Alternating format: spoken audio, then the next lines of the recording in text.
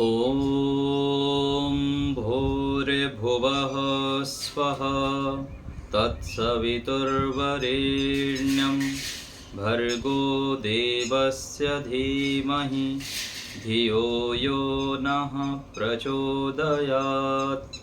ॐ सहनाववतु सहनौ भुनक्तु सह वीर्यं करवावहै तेजस्विनावधीतमस्तु मा विद्विषावहै। ॐ शान्तिः शान्तिः शान्तिः।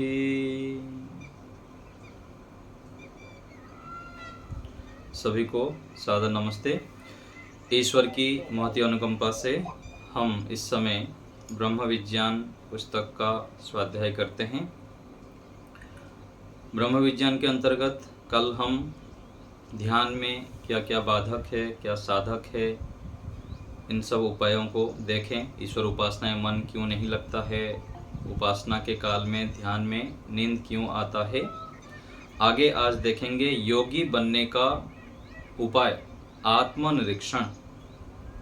यदि हमको योगी बनना है, योगाभ्यास करना है, मोक्ष की ओर बढ़ना है, तो आत्मनिरीक्षण एक श्रेष्ठ दिव्य साधन है। मनुष्य यदि अपने जीवन को दिव्य, श्रेष्ठ, आदर्श, महान बनाना चाहता है तो नित्य सोने से पूर्व आत्मनिरीक्षण करे। अपने अंतःकरण में झांके कि दिन भर मैंने क्या क्या त्रुटियां, दोष, भूलें की हैं। तो क्या करना है? सोने से पहले करना है आत्मनिरीक्षण। और यदि विशेष किसी को प्रगति करना है तो दिन भर भी कर सकता है, समय निकाल कर बीच बीच में।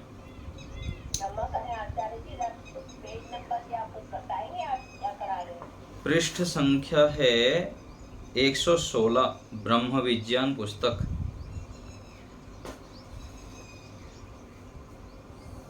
ठीक है, 116 नंबर पृष्ठ जिनके पास ब्रह्म विज्ञान पुस्तक है वो निकाल लें। तो आत्मनिरीक्षण अपने जीवन को दिव्य, श्रेष्ठ, आदर्श बनाने के लिए करना अति आवश्यक है। और विचारें क्या किया जो नहीं करना चाहिए था और क्या नहीं किया जो करना चाहिए था। तो दिन भर में क्या करना, क्या नहीं करना था उसको मैं कर लिया, और क्या क्या करना था वो नहीं किया आज।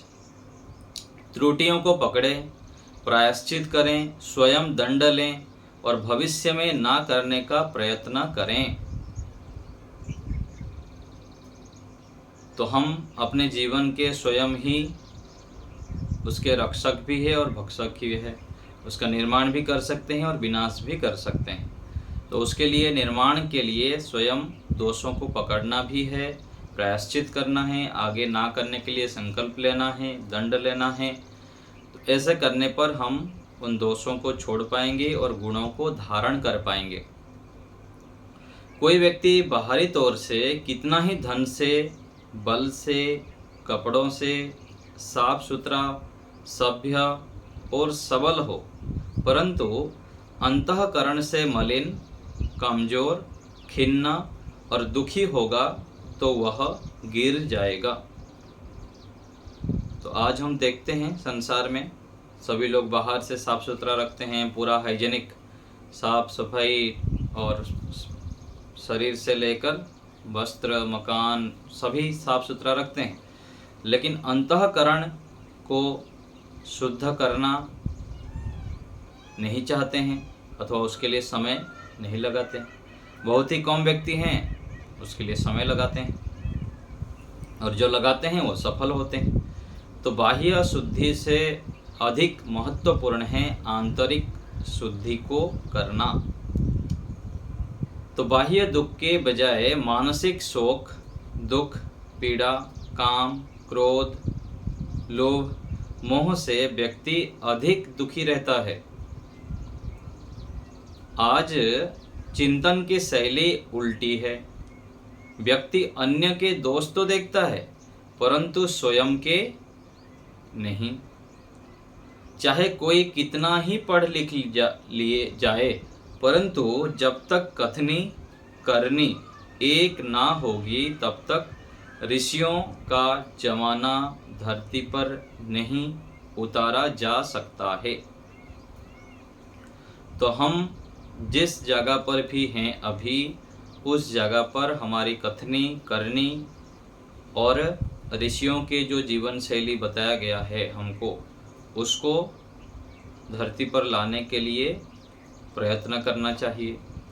भगवान राम के संतान हम बोलते हैं, कृष्ण के संतान, ऋषियों के संतान, तो उसके अनुसार हम प्रयत्न करेंगे, पुरुषार्थ करेंगे तो अवश्य ही हो सकता है।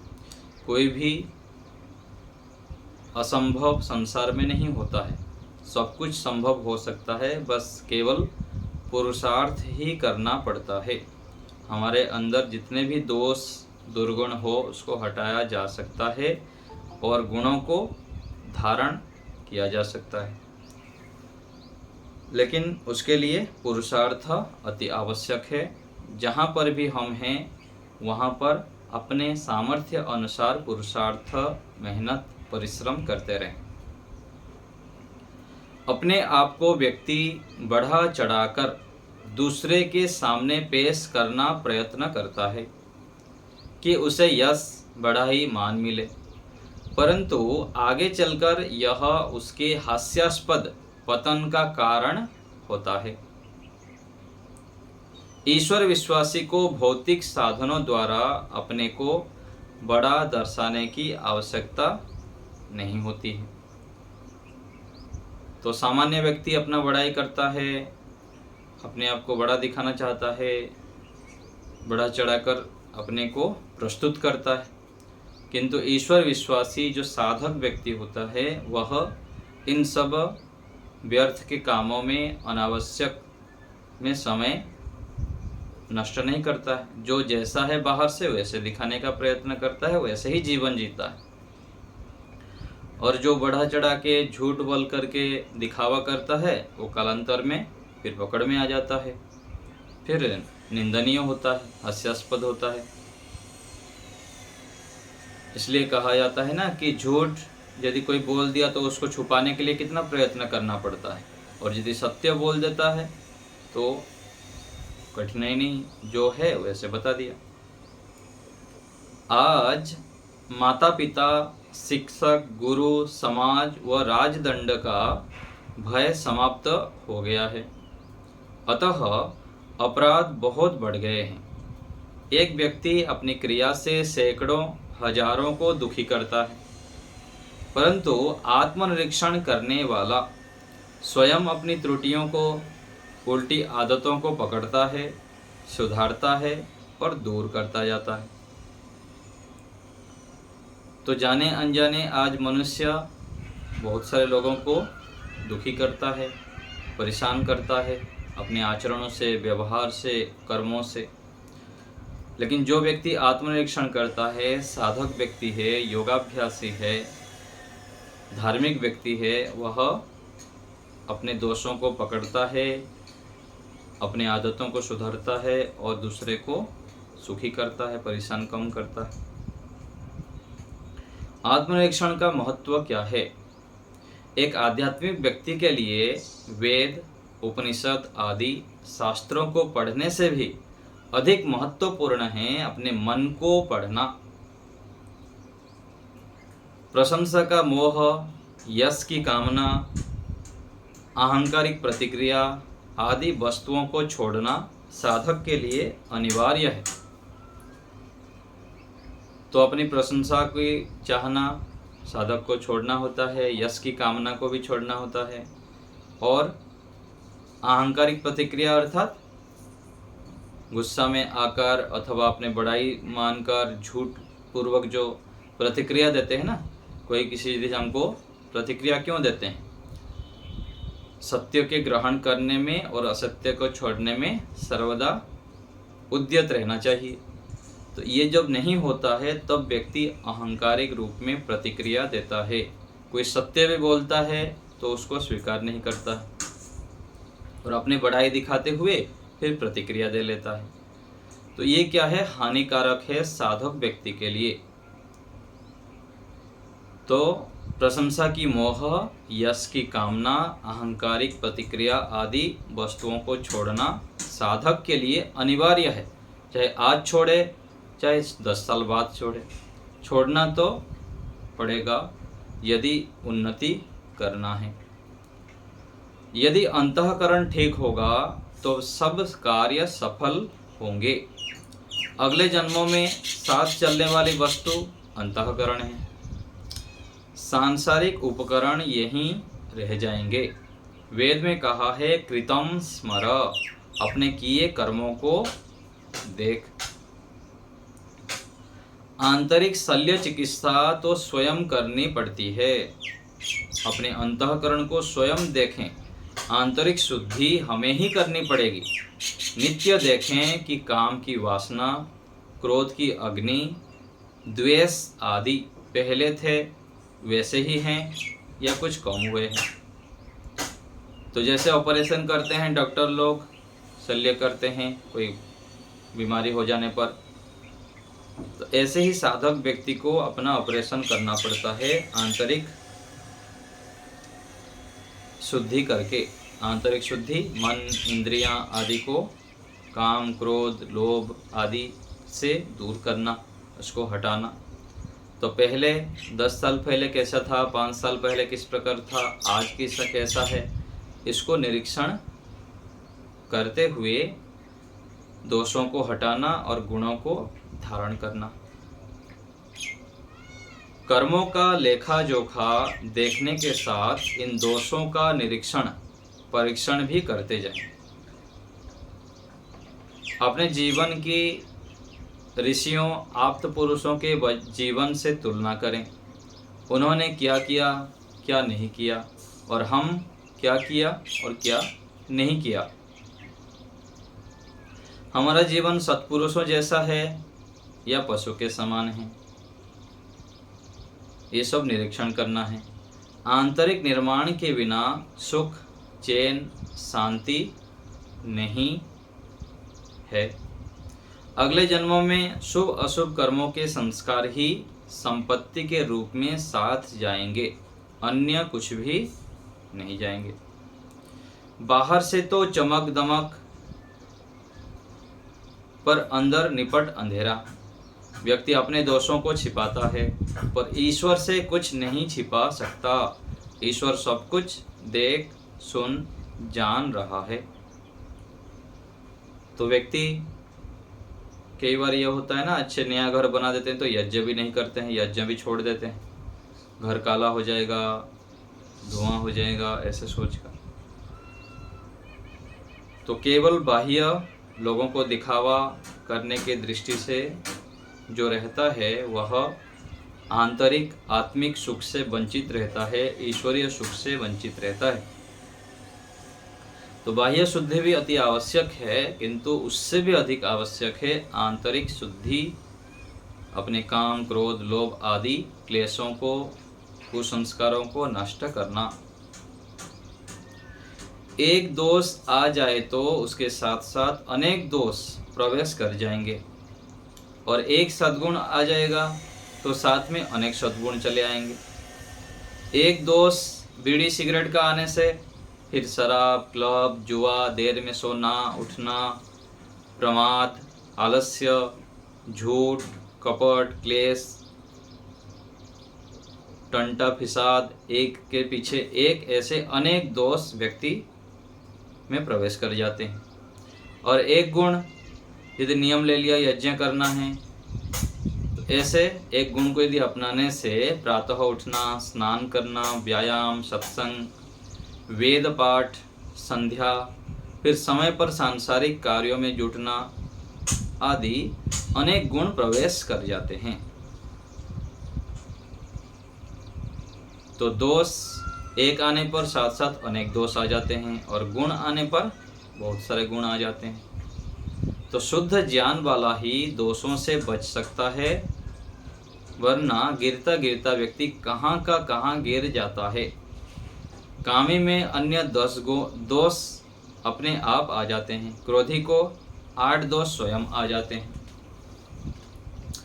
तो कहा जाता है ना, क्रोधात् भवति सम्मोहः, सम्मोहात् स्मृति विभ्रमः, स्मृति भ्रंशात् बुद्धिनाशो, बुद्धिनाशात् प्रणश्यति। तो क्रोधात्, क्रोध से, क्रोधात् भवति सम्मोहः, मोह हो जाता है क्रोध के बाद, और सम्मोहात् स्मृति विभ्रमः, मोह से फिर स्मृति विभ्रम हो जाता है, क्या करना क्या नहीं करना पता नहीं लगता। स्मृति भ्रंशात् बुद्धि नाशो, बुद्धि का नाश हो जाता है, और बुद्धि नाशात् प्रणश्यति। तो सत्वगुण युक्त कार्य ना करने से, सत्संग, स्वाध्याय, यज्ञ, ध्यान, अच्छे खान पान यदि नहीं करता है व्यक्ति, तो रजोगुण तमोगुण घिरते घिरते व्यक्ति को पूरा राक्षस, असुर, पिशाच और जो भी हम नाम दे दें, इतना गिर जाते हैं व्यक्ति। तो आज कुछ संप्रदाय के लोग जो होते हैं, कुछ दुष्ट व्यक्ति होते हैं ना, उनकी बुद्धि काम नहीं करता, मांस मछली खाते हैं और जो अभक्ष्य पदार्थ खाते रहते हैं। तो इस प्रकार से चलते चलते व्यक्ति की बुद्धि बहुत अधिक बिगड़ जाता है और संसार को हानि पहुंचाता रहता है, बहुत अधिक संसार का नाश कर लेता है। तो मनुष्य के अंदर देवत्व भी है और असुरत्व भी है, और देवत्व को जो जगाएगा तो भगवान राम, कृष्ण, महावीर आदि जितने भी ऋषि हुए हैं, महात्माएं, महापुरुष हुए हैं, वैसे बन जाएंगे। और उससे विपरीत रजोगुण तमोगुण के प्रभाव से घिरते घिरते व्यक्ति संसार का विनाश कर देता है, और एक एक व्यक्ति पूरा करोड़ों व्यक्तियों को दुख पहुंचा देते हैं। बम विस्फोट के माध्यम से कितने लोगों को मार देते हैं, कितने सारे पूरा मार काट आतंक फैला देते हैं। तो ये व्यक्ति के संगति, माहौल, माता पिता के संस्कार, पूर्वजन्म के संस्कार आदि के ऊपर निर्भर करता है। तो जो ईश्वरी कृपा से हमें यह सब प्राप्त हुआ है, दिव्य ज्ञान आदि, ऋषियों के ज्ञान हैं, सत्संग है, यज्ञ है, ध्यान है, इसको हमें बढ़ाते जाना है, बढ़ाते जाना है।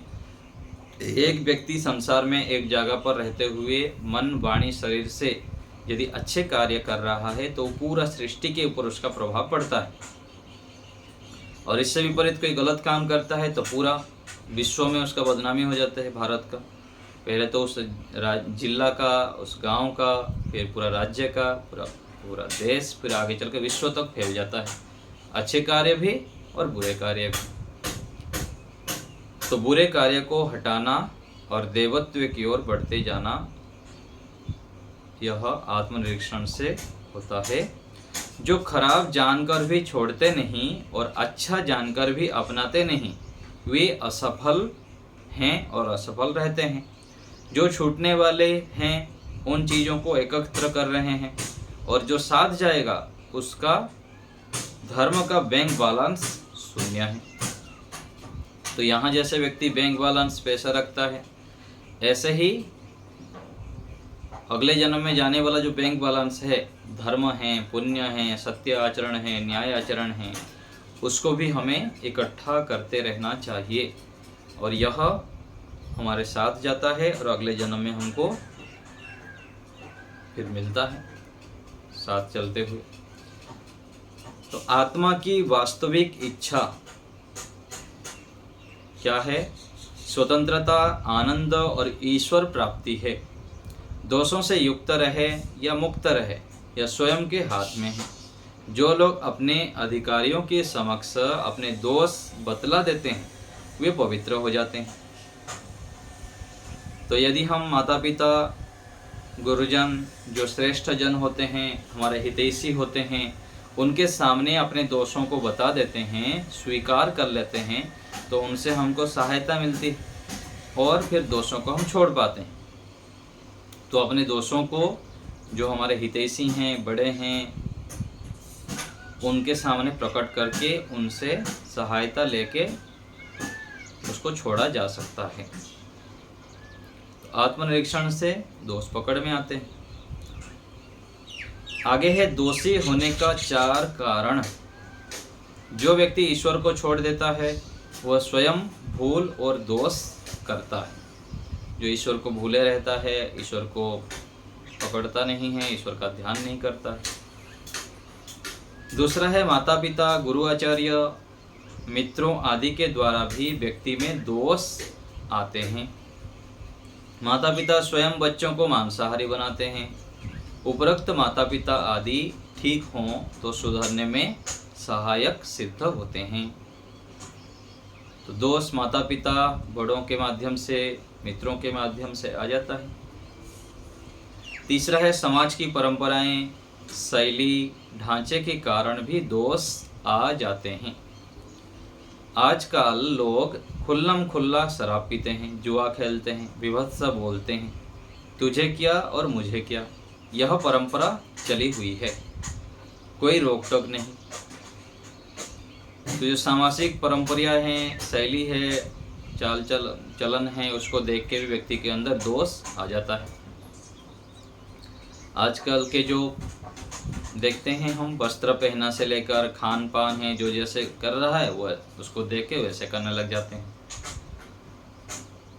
हमारी संस्कृति को और आयुर्वेद के हिसाब से खान पान आदि सब भूल जाते हैं, जो जैसे उलट पुलट खाना शुरू कर देते हैं, जो कि शरीर को पूरा जराजीर्ण कर देता है और हानि पहुंचाता है।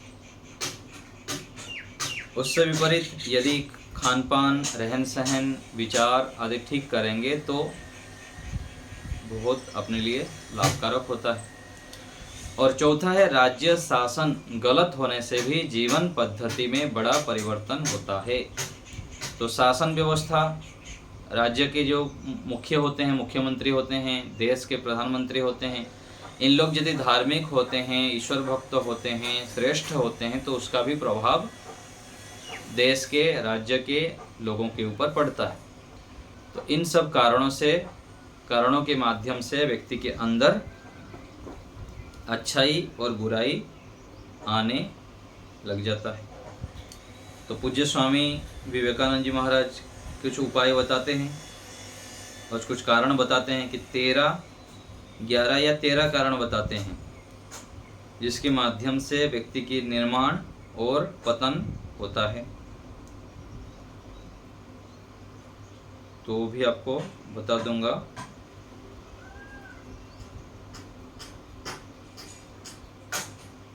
कहीं लिख के रखा हुआ है क्रम से,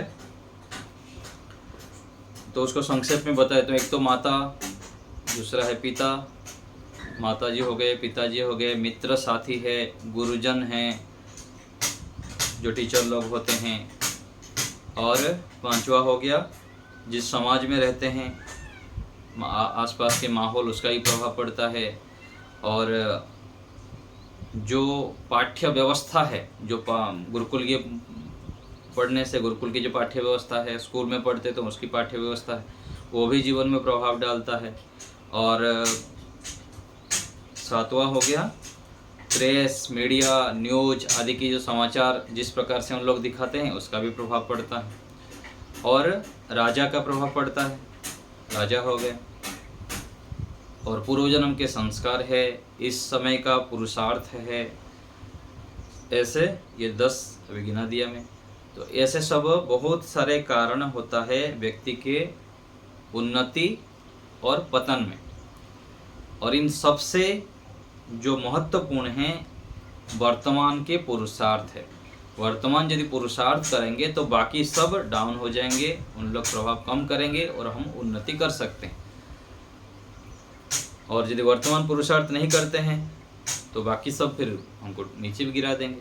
और कुछ व्यक्ति ऐसे होते हैं ना, वर्तमान कम पुरुषार्थ करते हैं लेकिन उनकी उन्नति होती, तो इसमें ये सब बाकी सब सपोर्ट करते हैं उसको।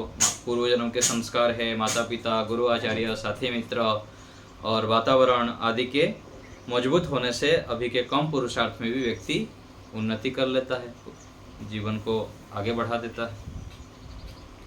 तो इन सबको हमें निरीक्षण करते हुए वर्तमान में अत्यंत पुरुषार्थ करना चाहिए। तो आत्मनिरीक्षण बहुत अधिक आवश्यक है। इससे हम बहुत अधिक शीघ्रता से अपने जीवन को श्रेष्ठता की ओर ले पाते हैं। तो स्वयं निरीक्षण करना और दूसरों से भी सहायता लेना, जो माता पिता है, बड़े हैं, हमारे हितैषी हैं, उनसे भी सहायता लेनी है। उनके पास जाके निवेदन करना है कि मेरे ऊपर एक कृपा कीजिए, मैं आपका ऋणी रहूँगा कि मेरा जो भी दोष त्रुटि आदि आप देखते हैं कृपया मेरे को बताइए। कोई लाखों में हजारों में एक व्यक्ति होगा जो ऐसे जाके बताता हो, बड़ों को जाके बताए कि आप मेरे दोष बताइए। इससे विपरीत क्या होता है, कोई दोष बता दे तो पूरा व्यक्ति गर्म हो जाता है। हाँ, मेरे को क्यों बताया दोष?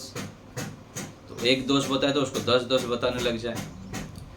तो साधक व्यक्ति का कर्तव्य यह होता है स्वयं अपना निरीक्षण करें और दूसरों से भी सहायता लें, उनसे निवेदन करें कि मेरे से कोई दोष त्रुटि यदि आपको देखें मेरे आचरण में, व्यवहार में, बोलचाल में, तो आप कृपया मुझको बताएं, मैं सुधार करने का प्रयत्न करूंगा।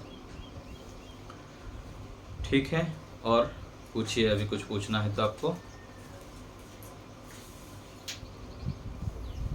प्रहलाद जी बताइए। नमस्ते जी।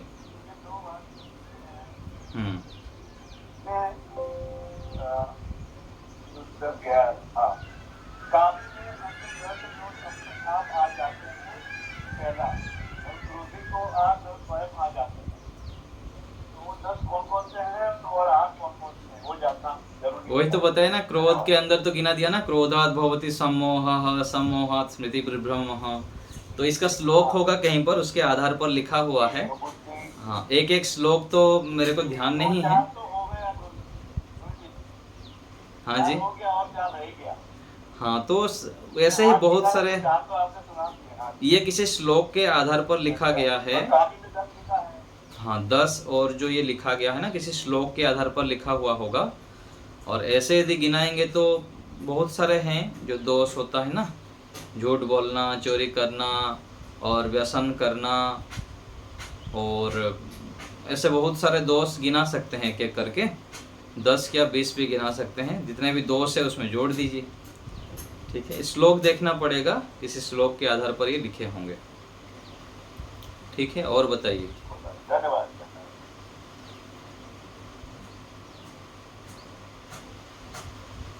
और किसी को कुछ पूछना है तो बताइए।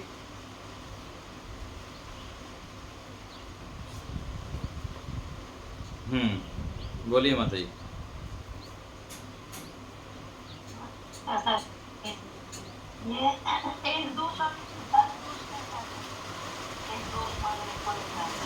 एक दोष आने से साथ साथ बहुत सारे दोष आ जाते हैं। जैसे उदाहरण दिए ना यहाँ पर, व्यक्ति एक यदि शराब पीता है तो साथ साथ झूठ बोलता है और भी व्यसन करने लग जाता है और बहुत दोष आ जाते हैं। और एक गुण यज्ञ करने का नियम ले लिया तो सुबह उठेगा, व्यायाम करेगा, प्राणायाम करेगा, स्नान करेगा, समय पर रात को सो जाएगा, फिर दिन भर भी सत्य बोलेगा, स्वाध्याय करेगा, सत्संग करेगा, ऐसे अनेक गुण आने लग जाता है। तो ऐसे दोष और गुण आ जाते हैं जीवन में। सुदेशना माता जी बोलिए।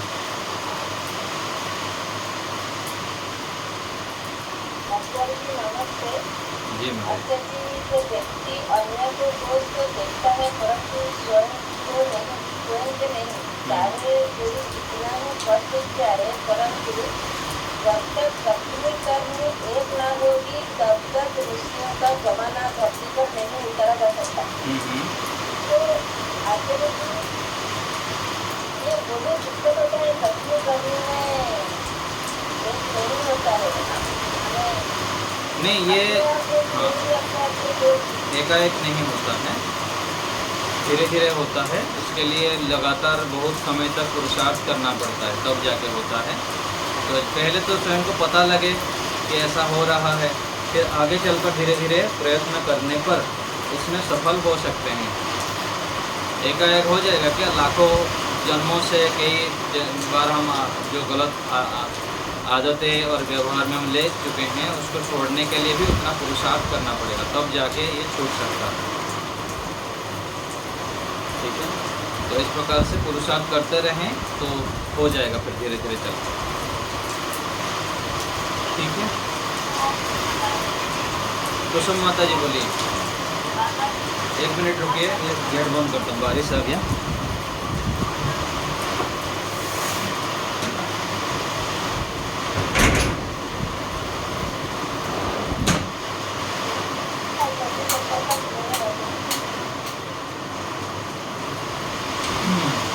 बताइए कुसुम माता जी बोलिए।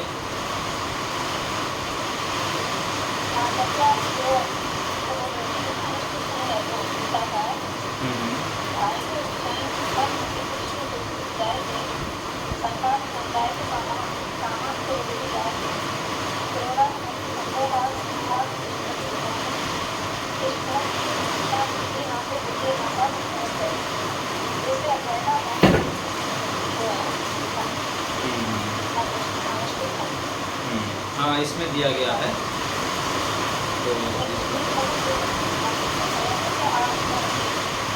जी जी।